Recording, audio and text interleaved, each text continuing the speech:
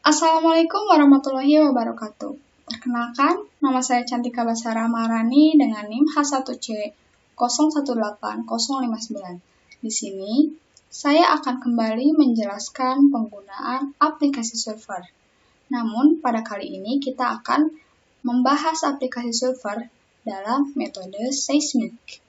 Oke, pada metode seismik, ini ada 6 peta yang bisa kita buat, yaitu ada peta 0 atau amplifikasi, lalu ada peta F0, frekuensi, peta KG atau kerentanan gempa, peta depth, peta PGA, dan peta thickness. Oke, sebelum kita melanjutkan dengan cara penggunaannya, langkah pertama atau hal yang harus kita lakukan yaitu kita harus mempunyai data dari berbagai peta yang akan kita buat seperti F0, KG, depth, A, atau thickness, berupa angka di dalam Excel. Oke, langsung saja kita kembali ke aplikasi servernya.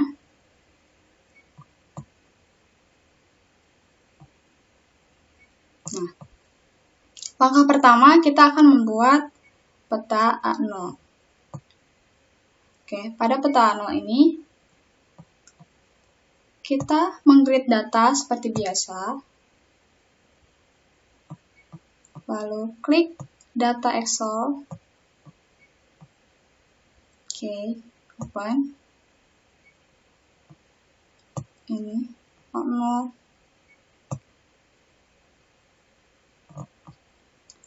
Kolom A diisi oleh latitude, kolom B longitude, dan kolom C-nya 0, lalu metodenya juga rigging.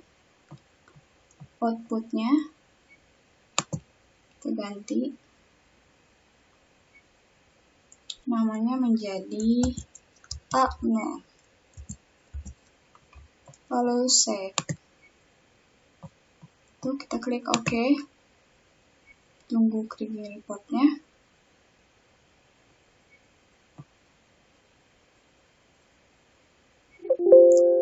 Klik OK.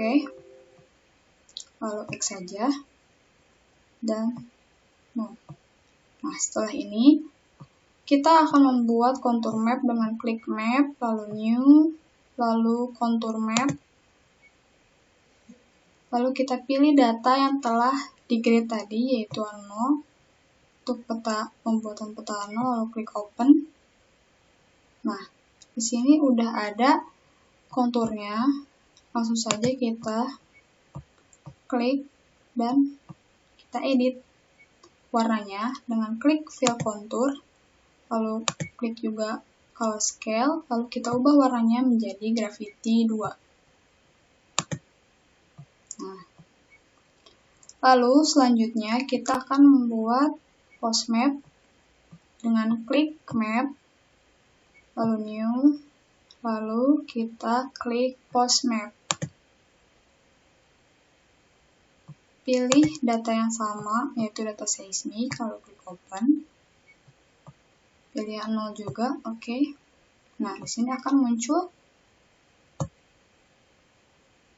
tanda panah-panah ini, lalu kita akan ubah simbolnya menjadi bulat seperti ini. Lalu bisa diubah juga warnanya, misalnya mau warna merah, klik OK. Nah, di sini akan ada bulatan-bulatan merah yang menandakan post map-nya ini. Setelah ini, langsung saja kita layering, layout, dengan menambahkan teks dan lain-lainnya. Sini saya akan skip ya. Nah, ini setelah kita layouting, setelah penambahan teks juga frame dengan shape, ini udah jadi itu peta 0 atau amplifikasi. Setelah jadi, kita akan mengekspor peta ini dalam bentuk PNG. Itu dengan klik export, di file klik export, lalu kita beri nama peta A0 lalu ubah menjadi JPG atau PNG juga bisa. Save. Lalu klik OK. Oke, setelah pembuatan peta A0, kita beralih ke peta kedua, yaitu peta F0. Caranya hampir sama seperti tadi. Langkah pertama itu grid data, lalu pilih seismic, open, lalu kita pilih F0, oke. Langsung kita ubah saja namanya.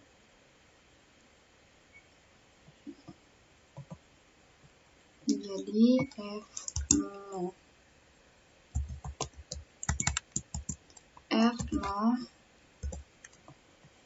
Save. Lalu kita klik OK.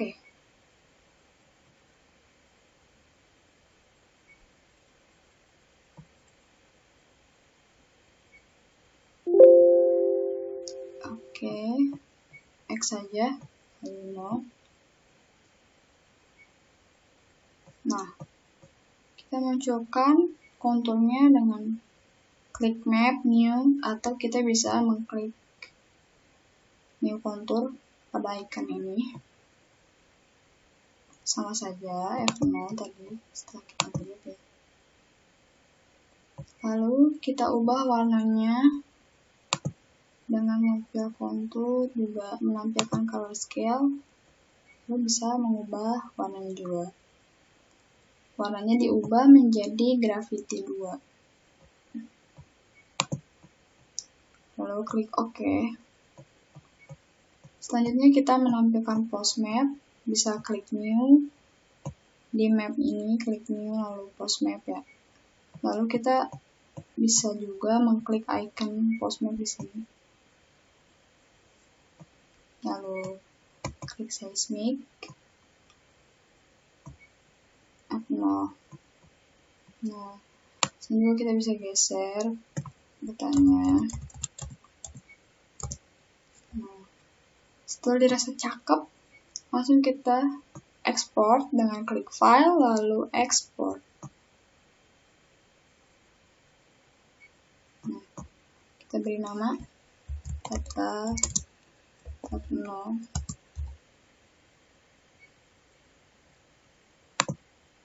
Bisa JPG atau PNG, lalu klik save. Oke.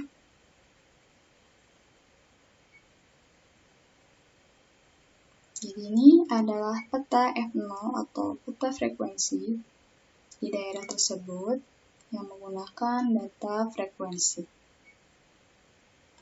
Setelah peta F0 tadi telah dibuat, kita lanjut ke peta selanjutnya, yaitu peta KG atau peta kerentanan gempa. Langkahnya juga sama. Pertama itu dengan grid, lalu klik peta,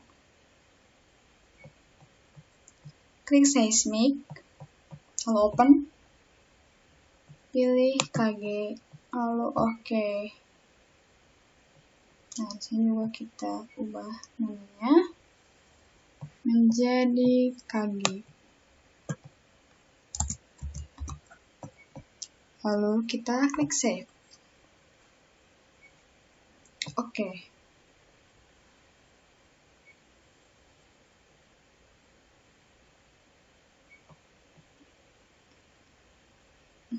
Oke. Lalu X 0. Lalu kita munculkan konturnya juga dengan klik new kontur, pilih KG, lalu open. Lalu bisa kita ubah juga via kontur, color scale, juga ubah warnanya menjadi gravity 2. Lalu OK. Nah, ini sudah jadi peta KG-nya, yaitu peta kerentanan gempa. Setelah ini langsung kita export dengan klik file, export, lalu ubah namanya menjadi peta KG. Ubah type-nya menjadi JPG.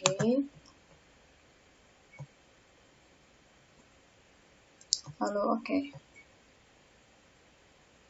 Lalu kita bisa menambahkan post map-nya dari peta KG ini dengan klik new post map di icon ini.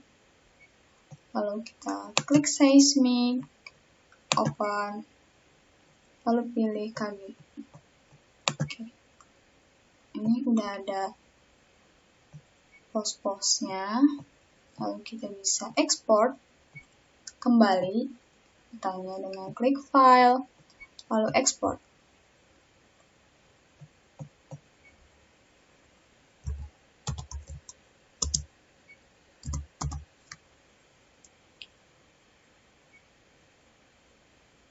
Lalu save. Oke, untuk peta selanjutnya yaitu peta depth. Langkahnya sama seperti peta-peta sebelumnya. Kita klik menu grid, lalu data, seismic, lalu open, pilih data depth. Oke. Longitude, longitude, juga depth, lalu metode kriging, ubah namanya menjadi depth. Lalu oke, save.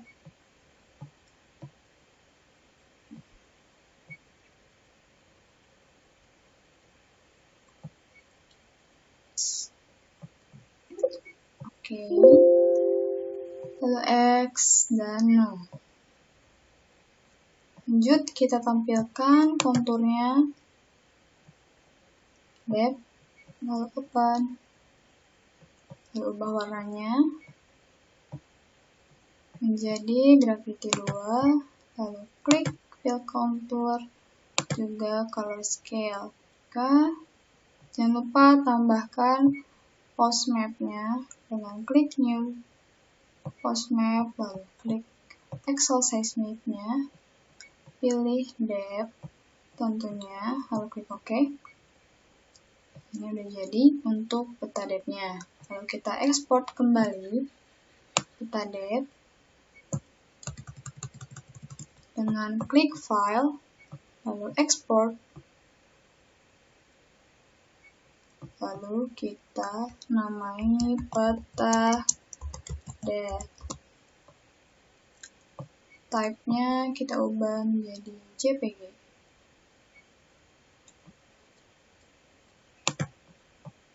Lalu klik save. Oke. Untuk pembuatan peta depth telah selesai, kita lanjut ke peta selanjutnya yaitu peta PGA. Kita ubah dulu jadi peta PGA. Oke. Saja. Kita grid lagi datanya. Data. Lalu seismic. Open. Pilih data yang ini, yang A. Oke. Kolom C-nya udah terisi A, krigingnya. Metodenya itu kriging, lalu kita ubah namanya menjadi PGA. Data PGA yang telah di grid. Oke.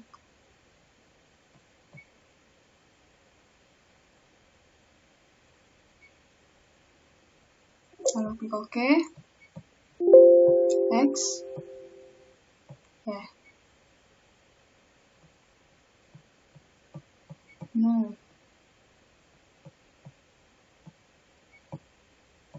Lalu kita tampilkan kontur map-nya dengan klik new kontur, lalu klik PGA, open, lalu ubah warnanya menjadi gravity 2.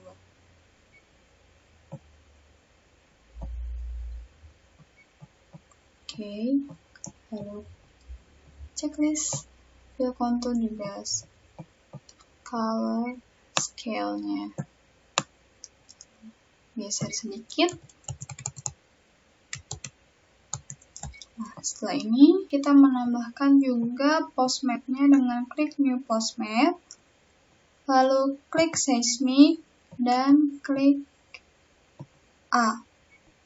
Lalu kita sesuaikan dengan garisnya. Nah, setelah ini udah jadi untuk peta PGA-nya, lalu kita bisa mengekspor data ini untuk menjadi peta dengan klik file, lalu ekspor. Lalu kita beri nama peta PGA. Nah, lalu type-nya diubah menjadi JPG. Lalu klik save. Oke, selesai untuk peta PGA ini. Untuk peta ke-6, yaitu peta thickness, kita akan meng-grid data juga dengan klik grid data, lalu kita klik data seismic, open, pilih thickness, lalu oke. Nah, seperti sama, kolom Z-nya diisi oleh thickness, juga metodenya kriging. Kita ubah dulu namanya. Kita ubah menjadi thickness.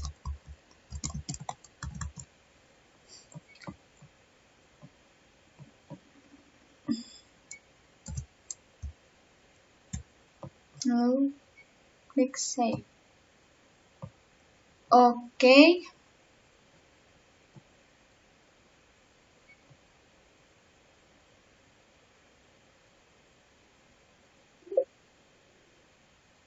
Oke, X saja, lalu tidak usah di save. Sama seperti sebelumnya, klik new contour, thickness, lalu postmap, lalu kita ubah warnanya menjadi graffiti 2, klik, lalu kita input postmap dengan klik new postmap di icon yang berupa titik itu, atau bisa di menu juga. Lalu kita klik thickness, lalu oke. Setelah muncul bulut-bulut ini, jadi ini udah selesai untuk peta thickness-nya. Langsung kita ekspor dengan klik file, ekspor, lalu ubah namanya menjadi peta thickness. Ubah type-nya menjadi JPG. Lalu save. Oke. Nah, untuk pembuatan peta-peta pada metode seismik telah selesai. Selanjutnya, saya akan menjelaskan beberapa peta yang telah kita buat tadi. Nah, untuk yang pertama itu ada peta amplifikasi. Nah, peta amplifikasi ini menggambarkan perubahan tegangan pada tanah dari bawah permukaan atau bedrock sampai ke atas permukaan. Lalu, selanjutnya ada peta depth. Nah, peta depth ini juga menggambarkan adanya suatu perubahan kedalaman dalam suatu daerah. Untuk peta frekuensi itu dia menggambarkan sesering apa, juga sebesar apa tegangan yang dihasilkan pada tiap-tiap perlapisan. Untuk peta KG atau kerentanan gempa ini dapat menginterpretasikan kerentanan suatu tanah dalam menghadapi perubahan deformasi ketika gempa. Lalu ada peta PGA. Nah, sebenarnya untuk peta PGA ini dia menginterpretasikan percepatan suatu tegangan. Nah, jadi percepatannya itu divisualisasikan dalam suatu peta PGA. Nah, perubahan percepatan gelombang. Lalu peta thickness. Nah, peta ini menggambarkan ketebalan pada suatu lapisan yang ada. Nah, jadi itu untuk penjelasan singkat dari berbagai peta. Nah, untuk nilainya bisa kita lihat pada scale map ini yang sudah menandakan warna-warnanya, di mana nilai-nilai ini juga menggambarkan keadaan pada suatu daerahnya. Oke, selanjutnya kita akan menginterpretasikan data seismik yang ada. Di sini ada 7 data seismik yang telah didapat. Oke, langsung saja ke peta yang pertama. Nah, peta pertama ini kita membagi ke dalam 4 horizon, yaitu ada horizon A yang ditandai dengan warna oranye, horizon B dengan warna hijau, horizon C warna biru, dan horizon D warna kuning. Nah, sebenarnya untuk mempicking suatu horizon, kita membutuhkan data pendukung, yaitu berupa data sumur. Mengapa kita bisa menginterpretasikan ini? Kita dapat mengetahui pergeseran horizon yang diakibatkan oleh struktur yang ada di dalam suatu data. Nah, lalu mengapa di data ini adanya suatu perlipatan lalu dia patah dan membentuk suatu sesar? Nah, karena pada suatu titik tertentu sebuah lipatan ini tidak dapat menahan lagi tenaga yang diberikan, yaitu makanya dia patah dan membentuk sesar. Nah, sesar yang diakibatkan pada data ini yaitu sesar naik, di mana hanging wall relatif naik terhadap footwall. Lanjut ke data kedua. Nah, pada data kedua ini terbagi ke dalam 3 horizon, yaitu horizon A dengan warna hijau, horizon B warna biru, dan horizon C dengan warna kuning. Nah, di sini juga ada struktur yang bekerja, yaitu adanya sesar turun, di mana hanging wall relatif turun terhadap footwall. Hasil dari patahan tersebut mengakibatkan horizon A yang ini itu relatif naik dibanding perlapisan yang sebelah kirinya. Lalu pada horizon C ini tidak mengalami kemenerusan. Nah, ini juga diakibatkan karena adanya sesar ini. Lalu mengapa pada horizon C ini tidak ada kemenerusan? Karena menurut yang saya lihat itu tidak ada garis yang tersambung. Nah, di sini karena garisnya itu putus-putus yang menandakan bahwa daerah di kanan ini itu memiliki litologi yang berbeda dengan horizon yang sebelah kanan ini yang warna kuning. Jadi saya tidak memplot ke dalam satu horizon.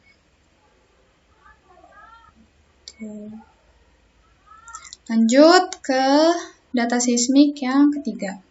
Nah, di sini terbagi atas 4 horizon, yaitu horizon A dengan warna oranye, horizon B warna hijau, horizon C warna biru, dan horizon D warna kuning. Nah, di sini juga ada gaya dominan yang bekerja, yaitu sesar naik, di mana hanging wall itu relatif naik terhadap footwall. Nah, ini juga hanging wall naik terhadap footwall. Nah, karena akibatnya gaya-gaya ini juga mengakibatkan adanya perlapisan yang tidak menerus atau adanya turunan dan patah gitu. Jadi lapisannya itu enggak lurus lateral gitu. Nah, karena di sini itu banyaknya sesar-sesar di sini ya, menandakan bahwa adanya patahan di mana gaya yang bekerja itu dari arah kanan dan kiri mengakibatkan suatu perlipatan dan akhirnya patah membentuk sesar yang berkumpul di daerah sini. Lalu selanjutnya untuk data seismik yang keempat, nah di sini itu ada 3 horizon, di mana horizon A ditandai dengan warna kuning, horizon B warna hijau, dan horizon C warna biru. Lalu sesar yang bekerja itu adalah sesar naik, di mana hanging wall itu relatif naik terhadap foot wall. Nah, ini hanging wall-nya naik terhadap foot wall. Sama, semuanya relatif sama. Ya. Nah, di sini juga horizon B mengalami ketidakmelurusan, di mana di yang arah kanan ini adanya penurunan dan patah-patah di sesar yang bekerja. Lanjut ke data seismik yang kelima. Kurang jelas ya. Nah, di sini ada 3 horizon, di mana horizon A itu ditandai dengan warna kuning, horizon B warna hijau, dan horizon C warna biru. Nah, di sini juga ada sesar yang bekerja, di mana sesar yang bekerja itu adalah sesar turun. Ya, sesar turun diakibatkan oleh hanging wall yang relatif turun terhadap foot wall. Lalu pada data seismik ini juga terjadi adanya tebal dan tipis suatu lapisan. Nah, ini juga bisa diakibatkan oleh adanya suplai sedimen yang mempengaruhinya. Juga karena arus yang bekerja pada saat pengendapan. Di mana arus yang tenang bisa menghasilkan endapan yang lebih tebal.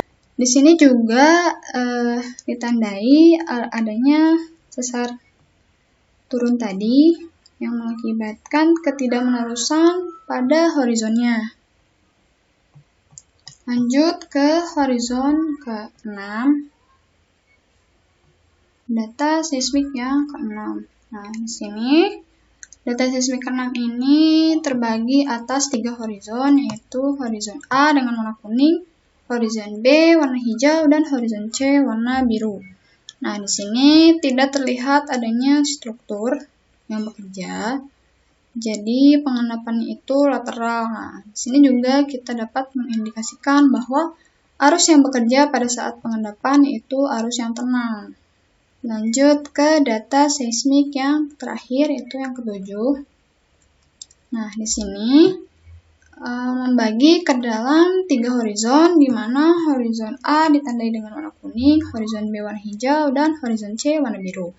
Nah, di sini gaya yang bekerja yaitu adanya sesar turun. Mengapa sesar turun? Seperti yang dijelaskan tadi, sesar itu diketahui dengan melihat hanging wall-nya. Nah, hanging wall pada data ini relatif turun terhadap wall. Lalu sebenarnya ini ada sesar naiknya karena dilihat dari data garis pada horizon ini itu patah dan yang ini tuh naik sedangkan ini turun, jadi kita dapat memplot ini sebagai sesar naik. Namun karena gaya yang dominan itu sesar turun, jadi di keterangan itu sesar turun. Dapat disimpulkan bahwa dengan kita menarik horizon itu dapat mengetahui struktur yang bekerja, karena adanya ketidakmelurusan menandakan bahwa ada suatu yang mengakibatkan itu terjadi. Sekian dari saya, mohon maaf apabila banyak kesalahan dan kekurangan, karena kesempurnaan hanya milik Tuhan Yang Maha Esa. Wassalamualaikum warahmatullahi wabarakatuh. Terima kasih telah menonton.